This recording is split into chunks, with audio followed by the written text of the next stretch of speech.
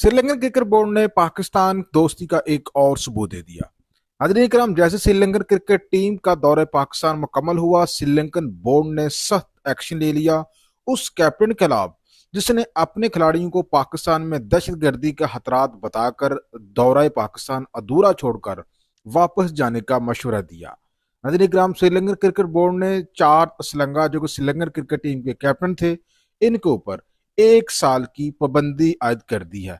वो किसी भी किस्म की क्रिकेट में हिस्सा नहीं ले सकेंगे। यहाँ तक कि वो आईपीएल में दिल्ली की टीम की तरफ से खेलते थे, अब वो आईपीएल भी नहीं खेल सकेंगे क्योंकि श्रीलंकन बोर्ड ने उन खिलाफ सख्त डिसिप्लिनरी एक्शन ले लिया है।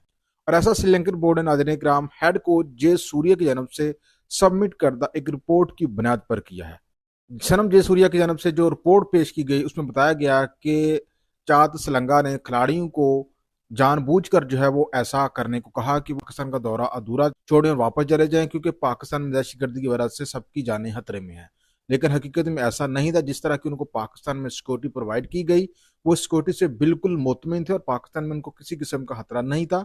और उन्होंने मजीद कहा नाज़रीन कराम कि चाद सलंगा ने ऐसा मुबैना तौर पर हिंदुस्तान की शय पर किया क्योंकि वो हिंदुस्तान में आईपीएल का मुसलसल हिस्सा रहे हैं और अब भी आईपीएल की तरफ से दिल्ली की टीम से खेलते थे। उनको हिंदुस्तानी बोर्ड की जानब से ऐसा करने को कहा गया कि वो पाकिस्तान का दौरा जो है वो अधूरा छोड़ें, अपने खिलाड़ियों को मोटिवेट करें कि यहाँ पर दहशतगर्दी हो रही है, इस वजह से हम पाकिस्तान का दौरा मजीद जो है वो जारी नहीं रख सकते, इसलिए हमें वापस जाना है।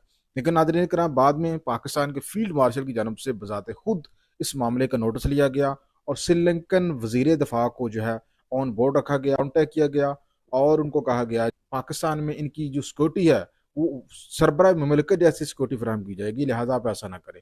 जिसके बुनियाद पर श्रीलंका क्रिकेट बोर्ड ने पाकिस्तान का साथ दिया।